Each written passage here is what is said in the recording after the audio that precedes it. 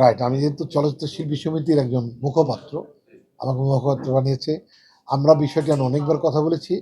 এ মাসেই হুমায়ূন ফরিদী আছেন, উনিও মারা গেছেন এবং আরও বড়, বড় স্টাররাও আছেন, তারাও মারা গেছেন। মান্না ভাই মারা গেছেন। মান্না ভাইকে তো আমরা মহানায়কই বলব। তো এটা আসলে মাসে আমরা একটা করে করি। একদিনে ওই শিল্পীদের সবার নাম ধরে আমরা মোনাজাত করি এবং মানে যেটা মিলাদ মাহফিল যেভাবে হয় প্রপারলি আমরা সেভাবেই করি। এ মাসেও ওনাকে নিয়ে আমরা করব এবং সবাইকে নিয়ে করব। আপনারা একটা ব্যানার খেয়াল করেছেন, যারা যারা গেছে এ মাসটায় তাদের ছবি দিয়ে আমরা একটা শিল্পী সমিতির সামনে একটা ব্যানার টাঙিয়ে রেখেছি। আমাদের শ্রদ্ধাবোধ মনে প্রাণে আমরা করি, সবসময় করি। তো প্রতিদিন আসলে কোনো না কোনো শিল্পী, বড় শিল্পী মারা গেছে, প্রতিদিন তো আসলে মিলাদ করা সম্ভব হয় না।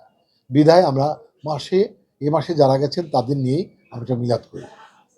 আচ্ছা, এটা কারা দিচ্ছে আমি ঠিক জানি না, বাট এটা খুব অনুচিত।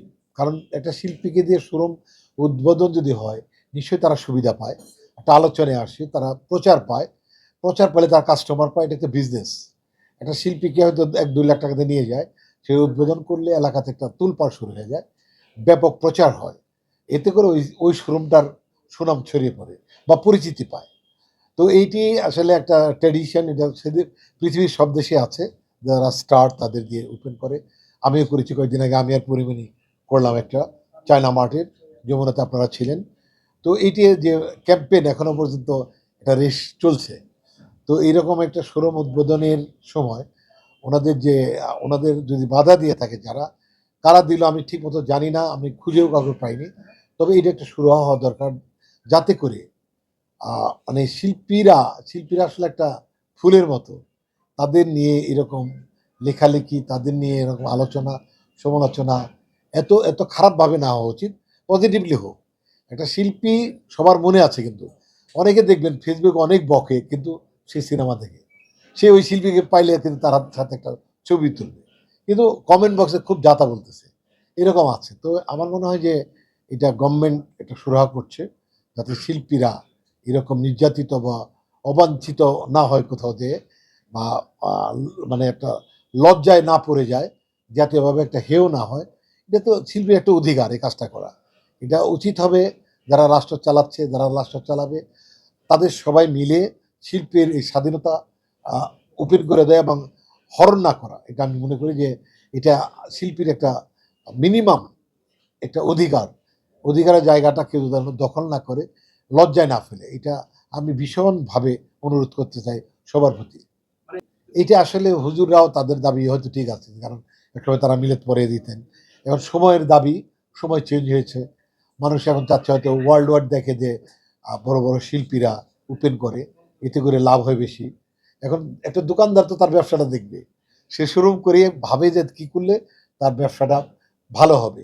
এখন মানে চেঞ্জ হয়, প্রেক্ষাপট চেঞ্জ হয়। এটা সবাই হুজুরদের বুঝতে হবে, জনমানুষকে বুঝতে হবে এবং আমাদের শিল্পীদেরও বুঝতে হবে। এটা একটা সময়ের দাবি, যার ফলে শিল্পীরা যায় উদ্বোধন করতে। বলতে চাই যে অঞ্জনা আপা আমাদের প্রাণের মানুষ, ভালোবাসার মানুষ, আমাদের রূপালী জগতের একজন উজ্জ্বল নক্ষত্র। উনি চলে যাওয়ার পরেই কিন্তু রূপালী আকাশ আমার চোখে অনেকক্ষণ অন্ধকার ছিল, অনেকগুলো দিন অন্ধকার ছিল। তো ওনার যে মৃত্যু নিয়ে যে রহস্যের জাল, আমাকে এটা প্রধান একটা ইনভেস্টিগেশনের প্রধান করে আমি কয়েকজন মেম্বার নিয়ে, সেখানে নায়িকারা ছিল, নায়করা ছিল, তাদের নিয়ে কাজটা করেছি, কোরিওগ্রাফার ছিল, তো পরিচালক ছিল একজন, কাজটা করেছি। আমাকে দায়িত্ব দিয়েছিল তদন্ত করে রিপোর্ট দেয়া।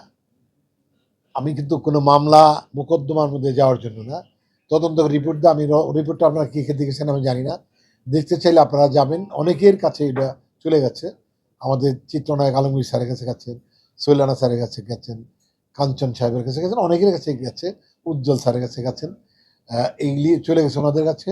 আমরা শুধু রিপোর্টটা তৈরি করেছি যে কতটা অনিয়ম হয়েছে কিনা, কতটা বিপর্যয় হয়েছে, কতটা নির্যাতিত হয়েছেন উনি, এসবগুলা ওনার সয় সম্পত্তির হিসাব তুলে ধরেছি, কোথায় গেছে এগুলো তুলে ধরেছি। আমরা এটা ওপেন রেখেছি সবসময়, আমরা কখনো বলি নাই যে আমাদের এই তদন্তের জন্য আপনারা থেমে যান। আমরা বলেছি আপনারা যে কেউ মামলা করতে পারেন, একজন সাংবাদিকও করতে পারেন, তার ভক্ত করতে পারেন, যে সবার জন্য রোড খোলা, আমরা লিগাল সাপোর্ট নিয়ে পাশে থাকবো। তো এই মামলাটি আজ পর্যন্ত অনেকেই করতে যাচ্ছে, কিন্তু কেউ এখনো পর্যন্ত করতে পারেনি। এটা আমিও আই মিন ডাউট যে ওনারা এত আওয়াজ সব দিকে শুনলাম, পরে আর করতেই পারলেন না মামলাটার কারণটা কি?